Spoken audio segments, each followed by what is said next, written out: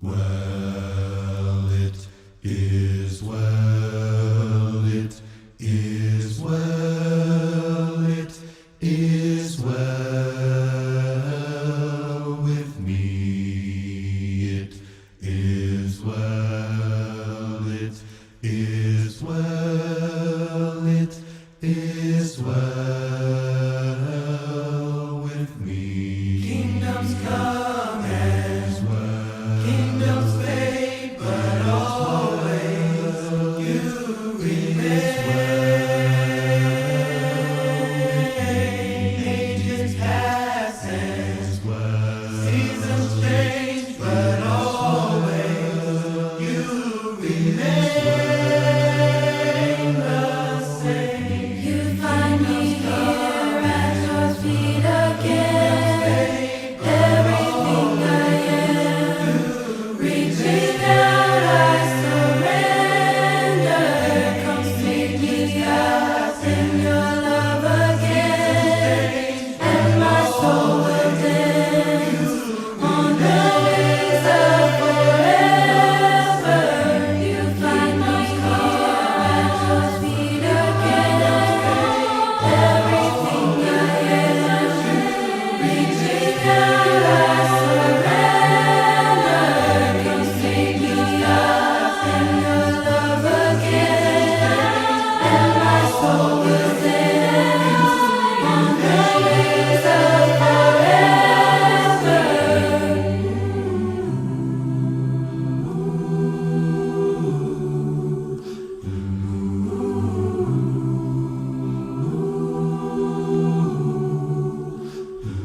I am guilty, ashamed of what I've done, what I've become. These hands are dirty. I dare not lift them up to the Holy One. You find me here at your feet again. Everything I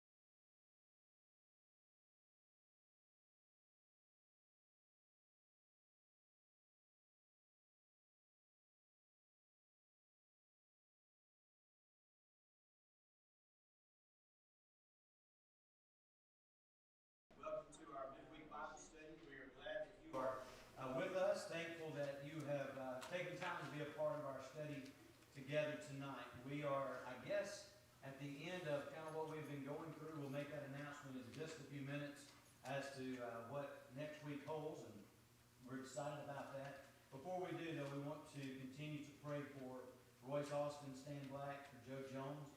Those are the ones that I have listed.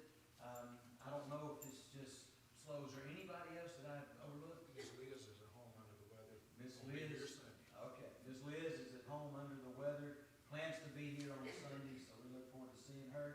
She's had a few days that she hadn't been able to be with us, so I know we're looking forward to seeing her again. Is there anything else that I might have overlooked that you might not know about? All right. The big announcement that we have that we are dealing with, I guess, as far as change is concerned, is how we're fixing to move our way back into our midweek and Sunday morning, Sunday night Bible study time. On Sunday morning, we will be meeting at 9:30 to have Bible class together. I look forward to that. I know that teachers have already been assigned. And what's exciting about it is not just that the teachers have been assigned for this quarter, I guess it's a quarter or a third, but 2 months, then off, and then so forth. But we have the whole year laid out, and so that's exciting. Glad that those of you who have been a part of that, and I know that some of you might still want to be a helper or to work through that or volunteer to help. Brooks will still be listening if you let him know, and we're trying to work through that for sure. As far as timing of things, class will start at 9:30. We'll be done at about 10:15. Transition into our time together at 10:30 is when the announcements will be, and we'll be Facebook Live at that point making our announcements. And then on Sunday night, 5:30 is the time that we will assemble here in the auditorium to have our Sunday evening Bible study time together at 5:30 on Sunday night. There will not be a Facebook stream for that night, but the phone call will go on. So for those who would be listening through the phone, that will be available to you if you're not able to be out on that Sunday evening.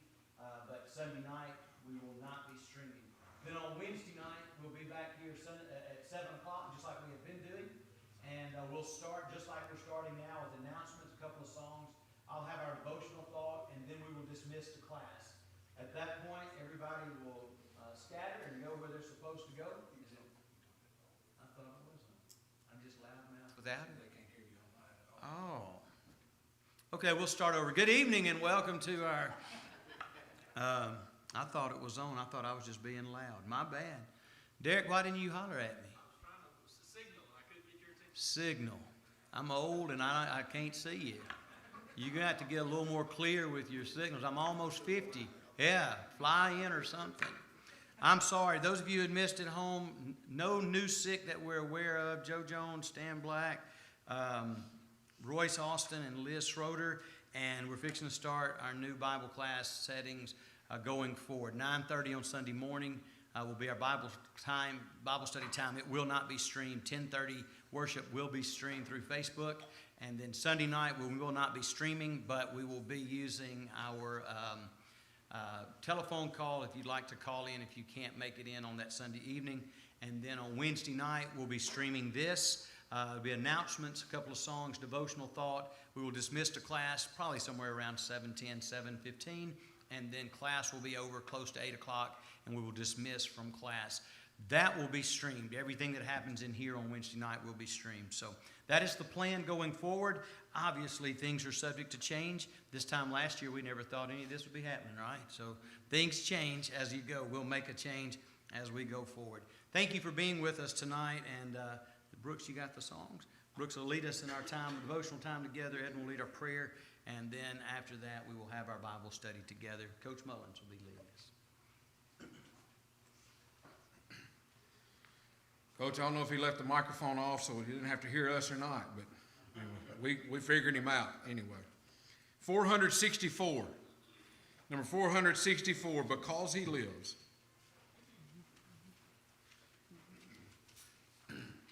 God sent His Son, they called Him Jesus. He came to love, heal, and forgive. He led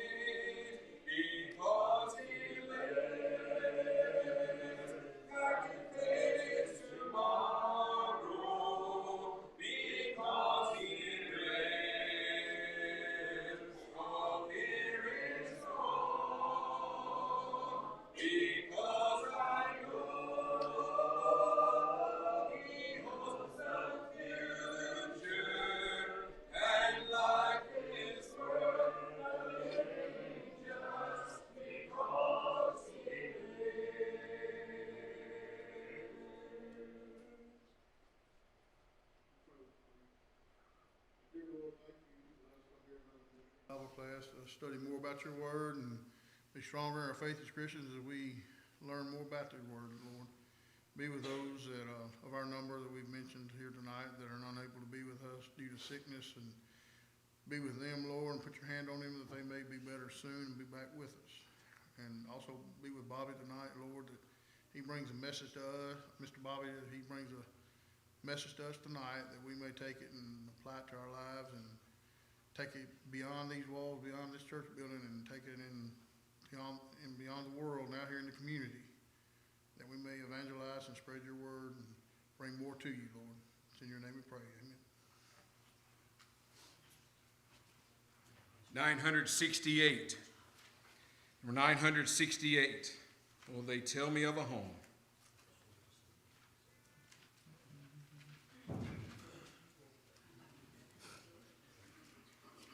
Oh, they tell me of a home for beyond the sky.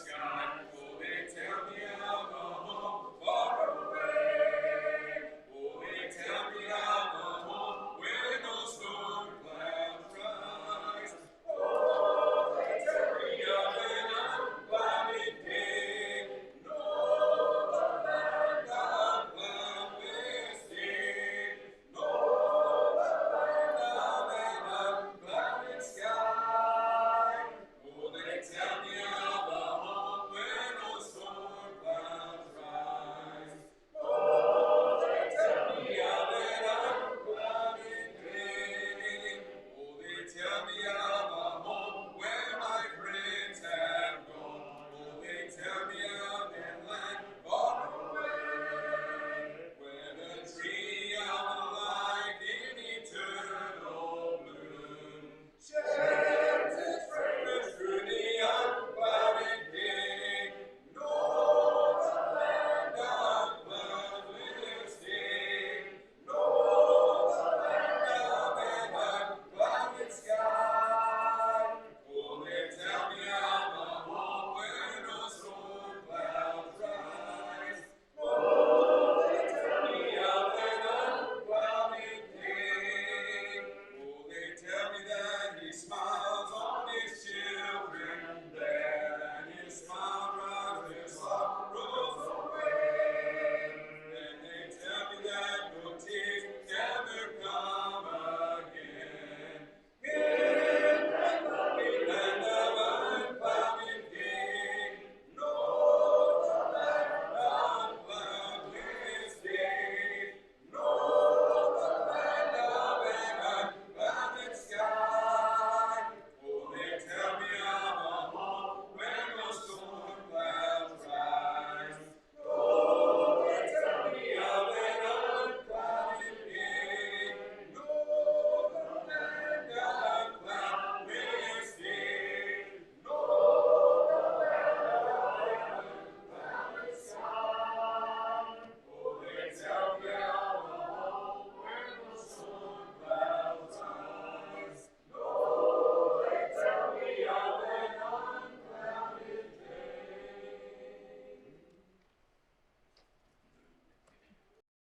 Thank you. I needed that. Would like to welcome everyone here. It has been an interesting year, to say the least. But at the same time, we've had brand new doors opened up into us that we need to seriously concentrate on keeping open for everyone, because we're reaching far and wide, probably far and wider than we ever have. So as we continue to use this avenue to reach out, then I think it's going to be a great thing. Now, if I was technology savvy, I would have that lit up right now, and it would say, "Oops, wrong Bobby."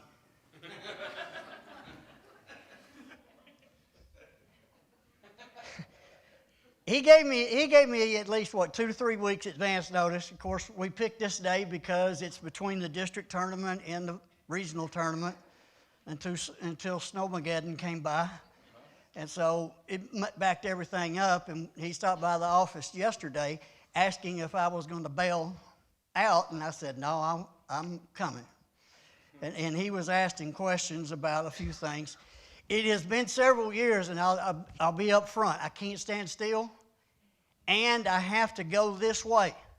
Not because of all the cords, it's because I'm deaf in my left ear. So if something is said over here, I've got to get this way, and I probably got to get about that far around to hear it. That's why my wife slaps me on the top of the head every time I sit down and I'm on, or I put her on this side. She knows what I have done, and so she helps me to remember to get up and move. Now, I'm going to start this the same way the last time I started a class with adults and everybody in from this standpoint. Glad you're here. I'm going to recommend that you straighten your seats up, put your trays back up into the seat behind you or in front of you, and get ready for a ride. We're going to take a trip. We started this process a year ago, taking a road trip. We're going to take another trip tonight. We're going to go way back in time to where the donkey was considered the Cadillac Escalade. So that means we're going to be doing what tonight? Walking. We're going to do both sides, old and new.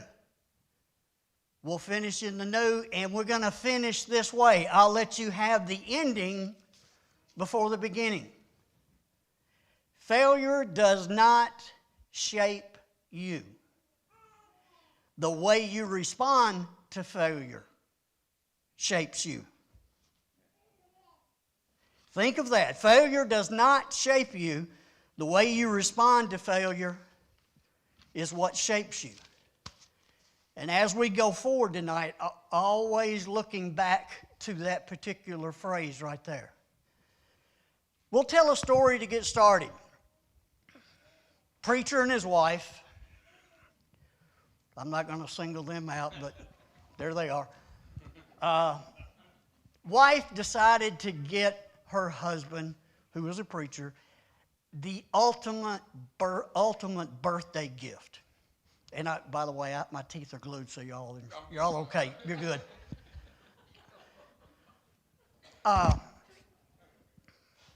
So she decided to buy him a hot air balloon ride.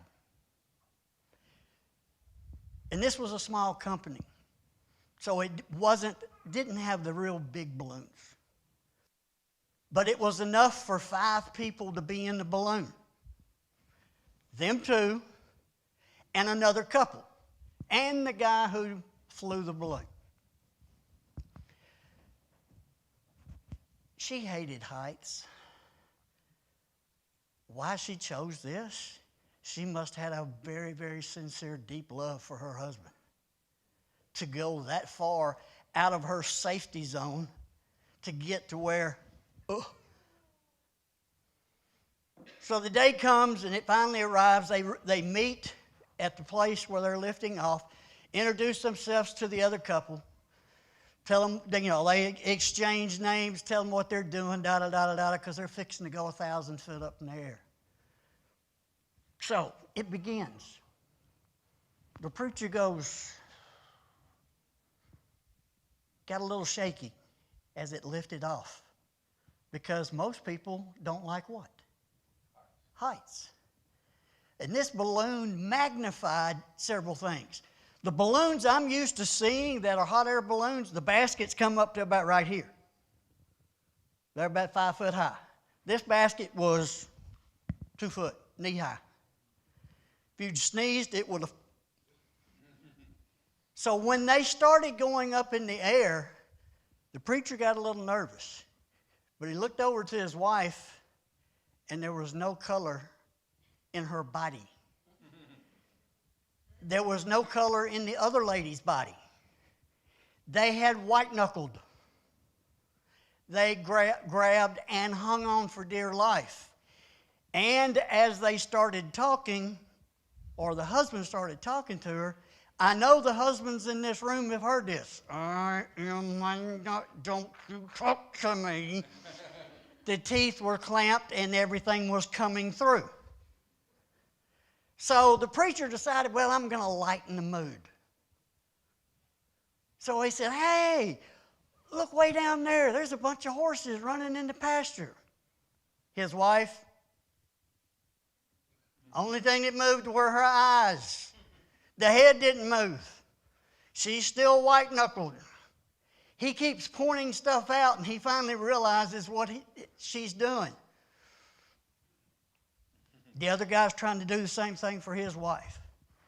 So the preacher said, well, I got to get the mood lightened up a little bit. So he said, well, let's just find out about our pilot and find out about him.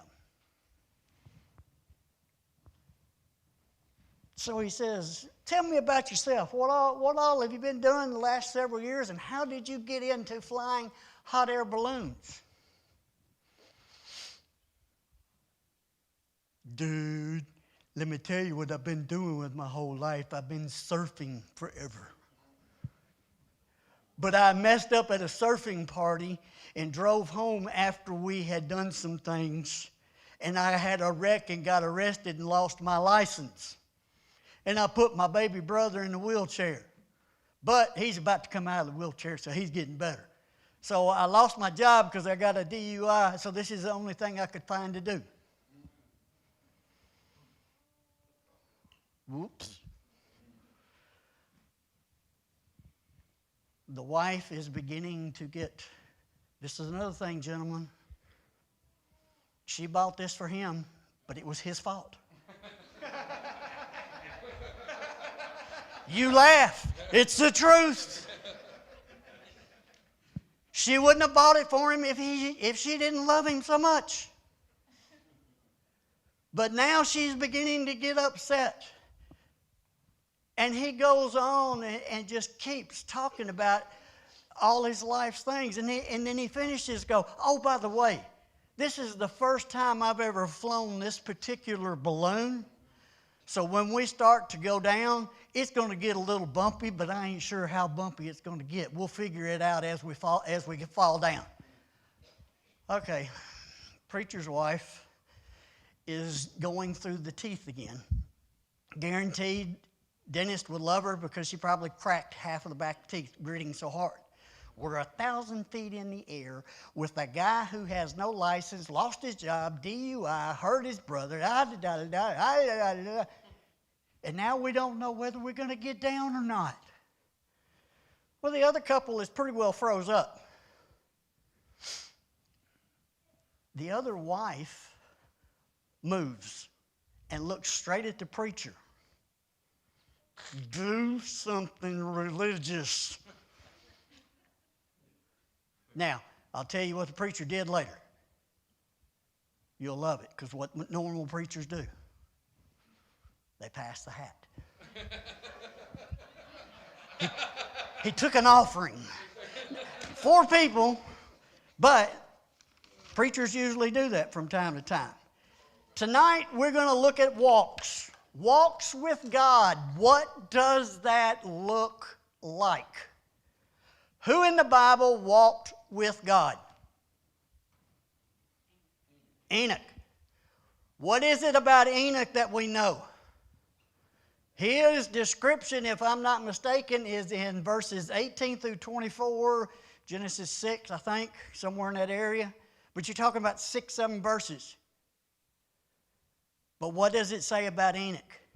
When he was 65 years old, he had a son, Methuselah. And then for 300 years, Enoch walked with God. Then one day he wasn't. Who else walked with God? Elijah? We can come up with a lot of examples. David would be a good example. It's mentioned in the New Testament from the standpoint of that David had the heart after God. Abraham, which has been mentioned in either our Sunday night or Wednesday night series, talking about the walk he had to make with Isaac. What was he feeling? Some of you was suggested that he felt like there would be a way out. He had the faith in God that he was not going to have to kill his son, but he made the walk anyway. Moses is one that comes to mind real quick. The things that Moses was able to do. And one of the descriptive verses of him at the end talks about Moses talked face to face with God. Our Old Testament heroes did a lot of things that we don't experience today. But there's a lot of things that we can learn from them. Can you think of an Old Testament incident to where it was not a good answer or it was not a good situation with somebody that was walking with God and the situation got bad?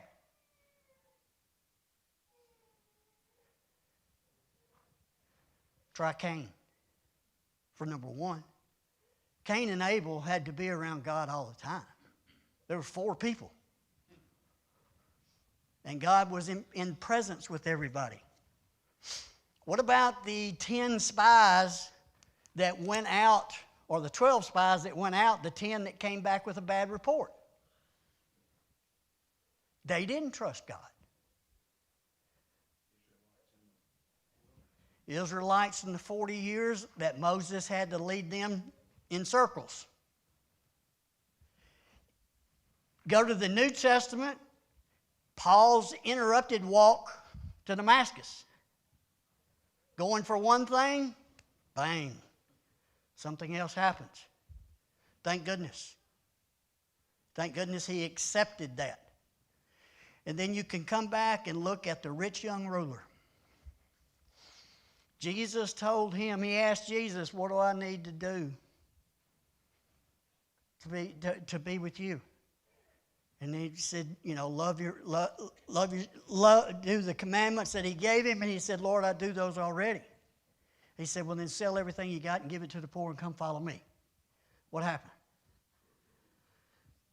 He loved everything else more than he loved God. So the Bible that we read and look at, hopefully on a daily basis, is full of good circumstances and circumstances that don't turn out so good. But everybody had a what? Everybody had, and we do too today. You have a choice. You have a choice to do it or not do it. And when you start looking from that standpoint, it gets to a situation to where you begin to understand. We mentioned David had a man that was listed or called a man after his own heart, God's heart. Abraham was described as a friend of God. Noah walked with God, was blameless, I believe what was said from that standpoint. But you get into situations as we're going through these walks with God, the ones that had the great walks with God did things with God. For example, do you have a set time that you study the Bible? Do you have a set time that you pray? It's not a Sunday, Wednesday thing. It's a 7-day a week, 7/24, 365, every year. Are we doing, and I'm not talking about taking an hour and a half a day. I'm talking about taking a few minutes. Hey, the world is full of prayer. I don't care what the politicians say in Washington. There is prayer happening everywhere. You go down to a Spanish 2 classroom and the test gets on top of the desk, and I guarantee you they're praying for a miracle to happen before they have to start writing. You're going down the road and somebody pulls out in front of you. Quick prayer. But we need to get ourselves into our situations to where we are taking time to do what we need to do with God. Now, it comes down to when you look at the scriptures and you look at these people that had walks with God, there are 5 different things that come up. Number 1, in the Bible, they had a calling. God asked an ordinary person to do something extraordinary. Is it different today? Now, I'll be honest with you, and I'm not trying to stir up a hornet's nest, but that word, I was raised in a church that word wasn't allowed. Because it sounded like somebody else. But when you look at a calling being chosen to do something extraordinary, you get to the second reason, there's always going to be fear. What was Moses' problem? He wasn't confident enough. Somebody, and one of the resources that I looked at even suggested that Moses may have had a stuttering impediment. People that stutter don't like to talk. They may sing great, but they don't like to talk. So God was asking somebody who couldn't carry a sentence out to do what? Lead the people. Go be his voice to who? Pharaoh and the Israelites. You get in the situation, it mentions in the scripture that he chose Aaron to help him. Now think about this. I may be totally wrong. This is one of my brain waves that hit me, and I'm sorry. Do we ever read where Aaron spoke to anyone? And this is a question.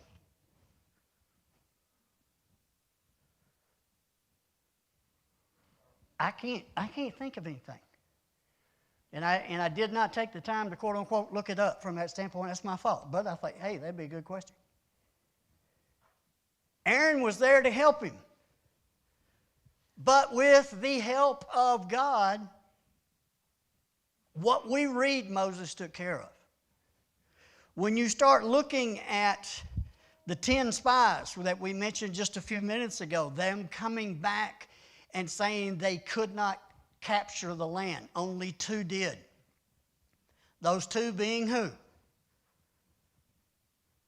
Joshua and Caleb. I believe that's right. They were the only 2 of the entire nation of Israel that got to do what? Promised land. Even Moses saw it, but didn't get to step into it. But when you start thinking of these things from that standpoint, wow. We get into situations to where we have assurances or a reassurance. For example, Moses being used, we've already mentioned, but Gideon is one we don't know a lot about and never used a lot, but here and there. Gideon was called the night before they attacked. The Lord told him he was a mighty warrior and he would be with him. Some of the best coaches that I've ever been around have kids play for them that will run through a concrete block wall and not bat an eye. Because the relationship that is there. And I'm sorry, I'm old school, but that's what's missing in our lives as a general rule, including education, which I've been around for a year or 2. Nobody wants the relationship anymore. When you have relationships, you have extraordinary things happening throughout. The fourth reason is there's always a decision. One of two things. It's either yes or no. Nowhere in between. Rich young ruler had most of it covered, but he didn't do the last thing that Christ asked him to do. Yes, sir. Comment online, I think the auditorium, if they're not watching, says God doesn't call the qualified, He qualifies the called. Very good. That's good. That goes back to being a statement that's kind of like the statement we made at the beginning about failure, how you change the words and how it definitely changes the meaning of things as we go through. The last thing, there's always a changed life. If you do what you need to do and you're walking with God, think about the times in your life when you have felt real good about what was going on, spiritually, physically, everything. Everything's in sync. You get up in the morning and you're bounding around the house. Okay, I can't do that. I get grumpy. Still do. Get in situations to where you can't wait to go be around people. Why? It's not that you're preaching. What are you doing? You're showing them what God means to you. And I know that it's been said up here.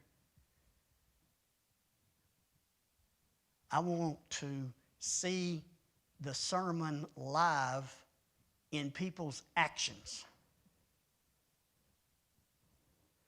And that's a 7-day, 24 hours a day, and 365 days a year thing that we need to be doing. So when you start looking at all of those things now, and even those that say no, what does it do for them? It makes it easier to say what the next time they're presented a situation. No, I don't want to do it. I want to be in a situation to where things are going well for me, and we're going to turn now to Matthew chapter 14. We're going to read a story that talks about walking. And we're going to look at it and look at some things that are, what time am I supposed to be through? All right. It ain't happening. Matthew chapter 14, verses 22 through 35. And I'm reading from the New King James Version. Immediately, Jesus made his disciples get into the boat and go before him to the other side while he sent the multitudes away. What happened just before this? Since those of you who have your Bibles open, you ought to be able to tell me real quick. Feeding of the 5,000. And when he had sent the multitudes away, he went up on the mountain by himself to pray. Now evening came, and he was alone there. But the boat was now in the middle of the sea, tossed by the waves, for the wind was contrary. Now in the 4th watch of the night, Jesus went to them walking on the water.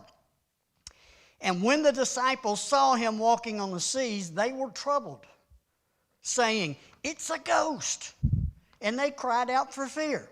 But immediately Jesus spoke to them and said, "Be of good cheer, it is I, do not be afraid." And Peter answered him and said, "Lord, if it is you, command me to come to you on the water." And so he said, "Come." And Peter went down out of the boat and walked on the water to go to Jesus. But when he saw that the wind was boisterous, he became afraid and began to sink and cried out, "Lord, save me." And immediately Jesus stretched out his hand, caught him, and said to him, "O you of little faith, why did you doubt?" And when he got into the boat, the winds ceased. And those that were in the boat came and worshiped him, saying, "Truly, you are the Son of God." Now, this is Bobby's fault. I'm not blaming any of my, if anybody's on there from Smyrna area, I'm not talking about y'all right now. I did that one time. I said, hopefully nobody's in here from Smyrna, and there was 2 families from Smyrna. We had Freed Hardeman Choir in the building that day, and there was 2 kids from the Smyrna area that knew my father. But this is not a slam on my Bible school teachers years ago. This is a slam on Bobby. Bobby took this story right here, and I'm not talking about him. I took this story and stopped it with Peter taking his eyes off of Jesus. How many have been that way? But there's a whole lot more to this story when you look at it. A whole lot more. Some of the lessons in here are obvious and some are not that obvious. The first one that comes to mind is at the very, very beginning. Jesus set time for what? Praying. He set time to talk to God. He sent the disciples on. A pretty good group of the disciples were what by trade? Fishermen. So he puts them in a boat. They go. Jesus takes time for himself. Now let me ask you this question. And that's not a we question, do you take time? Make it personal. Do you take time to do certain things every day? I'm not as good as I need to be. Well, let me rephrase that. I ain't nowhere near what I need to be. But if you want to walk with God, you've got to do what? You got to talk to him. If you don't have a conversation with him, it ain't going to happen. You got to read from his word and you got to pray to him. As you continue to look down from that standpoint, sorry about that, when in verse 25, Jesus walks toward them at what time? Nighttime. 4th watch is what? Usually associated at being 3 to 6, if I'm not mistaken. Does this have any meaning that Jesus is going to his disciples at 3 o'clock in the morning? We'll just leave it at that time. Okay, when it storms outside, is it light or dark? Dark. I'd be willing to guess that the disciples' boats didn't have any running lights on it or a spotlight to see who was walking at them. But when you start looking at this situation, they're on the middle of a sea, lake, or a lake, some people will call it, and the wind's blowing and the storm is tossing the boat around. And this is not a little flat-bottom boat.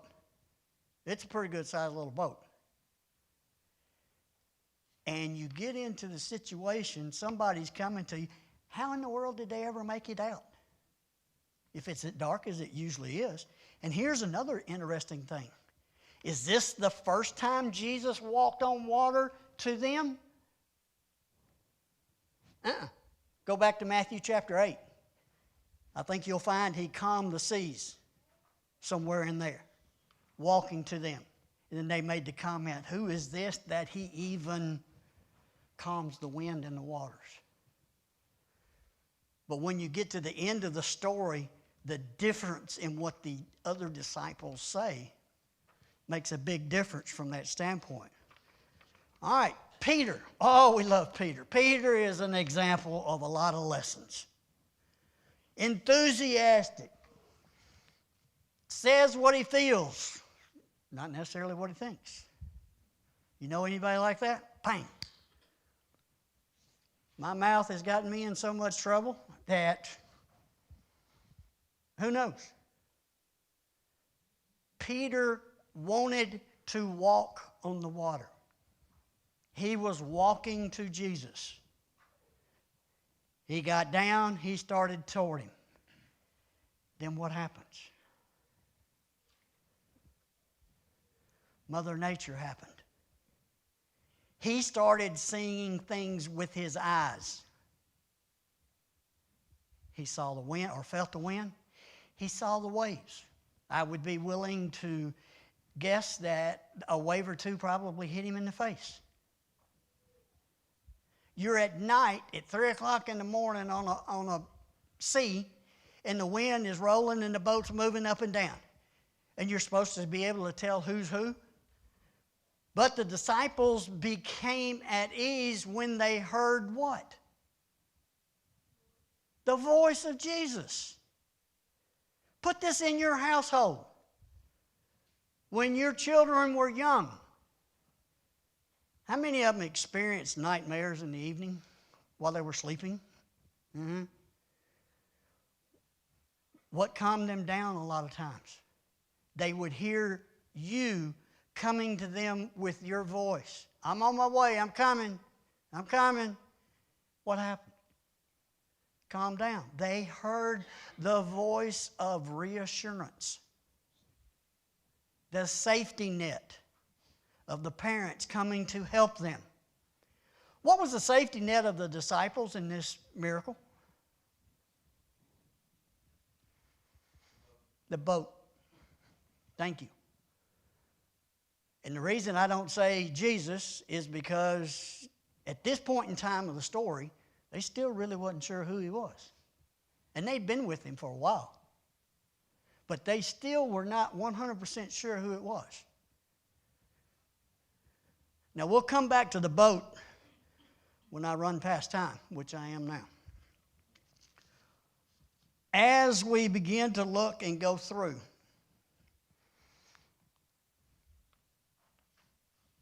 Peter loses sight of what's going on. He takes his eyes off of Christ. And he begins to sink.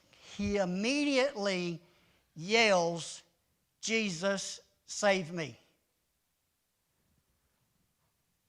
We're human. How many of you immediately yell for somebody to help you? I don't. And that's my fault. How many of you are taking the trip and you got lost? You know where this one's headed. It's your fault too again. But we're so stubborn sometimes that we don't want assistance from other people. Now, I have a question. This is one of these questions that just, sometimes I have crazy questions that boggle my mind. What were the other 11 doing? Watching.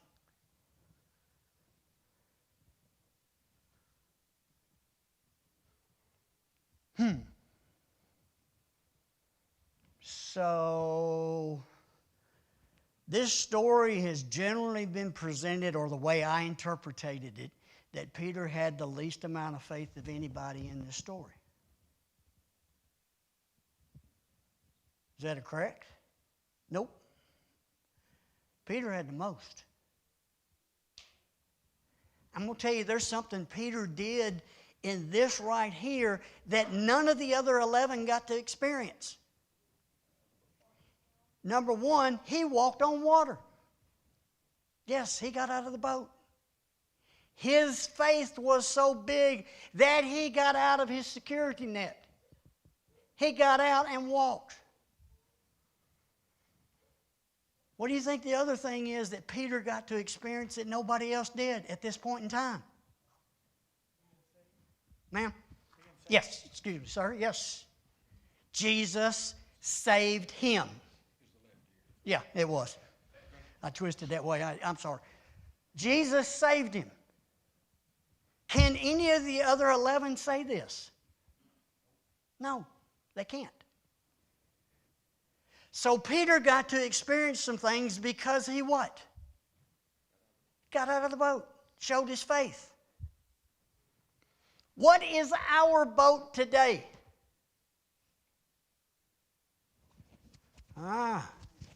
Stopping short now, aren't we? We all have different boats. What is our security net that keeps us from stepping out in faith to do something for Christ? Ouch. When you start thinking about that from that standpoint, it really kind of makes you step back. And some of the stories that we have a tendency to look at in the New Testament, we have a tendency to overlook a lot of these things. Some statements I want to give to you. I'm going to skip about 3 pages right there. Statements I'll give to you from this standpoint. We've already mentioned this. 12 disciples sat in the boat, and we don't even know how 11 responded. But follow this. We know how 10 finished their lives. We know how the one finished his life. One moment does not make your life. Because if it did, we'd be in a whole lot of trouble. You think about it. If we didn't have grace, where would we be? There's things that fall in together and allows things to happen for us. Failure is not an event, but rather a judgment about an event. It's the way we think about outcomes. I could sit here and tell you many, many stories about people who were total failures about a lot of stuff, but in the end we consider them to be fantastic and great people. Abraham Lincoln is one that comes to mind. He had a long list of I couldn'ts and didn'ts, and it changed. Here's you another one. Winston Churchill. This goes back into the 30s. Winston Churchill, the leader of England as Hitler was beginning to expand his territory, so to speak. Winston Churchill was talking to his people, and they asked him the questions.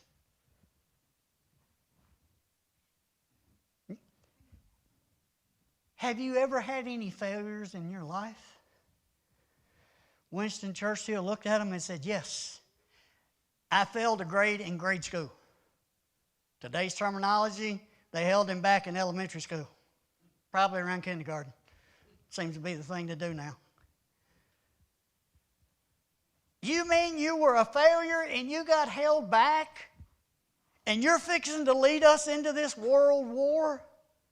And Winston Churchill looked at him, did not raise his voice, and said, I didn't fail anything. I had a second chance to get it right. Wow. That would have been worth being there to hear.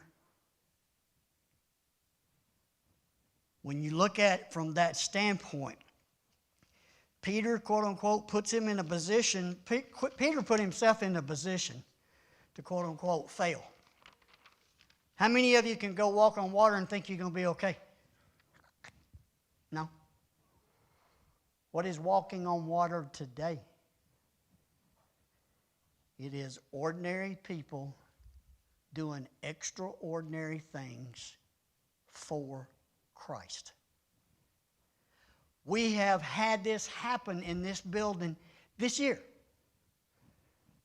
The streaming service that will continue next week.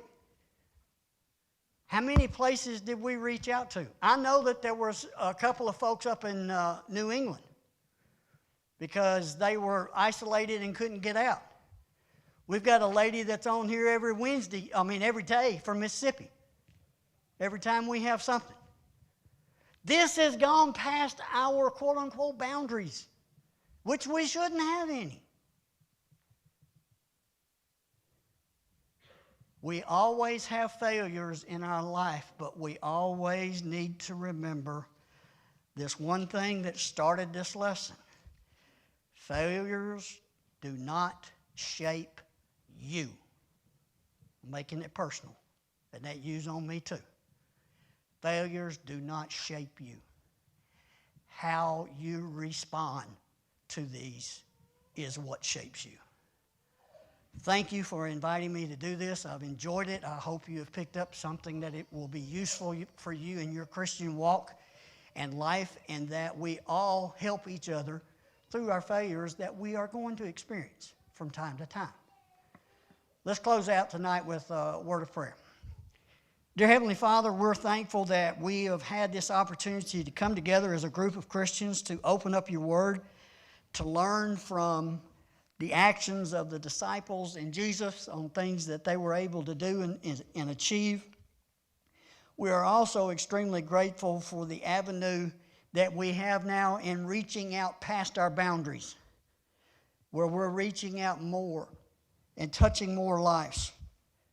We're thankful for the blessings that you've given to us, and at the same time, please help us learn to be thankful for the thorns that we have to deal with. Be with us in each and everything we do. Be with the congregation here as we move forward to going back to being together all the time. We ask that you be with the nation as we continue to fight this pandemic, and hopefully it will lighten up at some point in time. Be with us in each and everything we do. In Jesus' name, amen.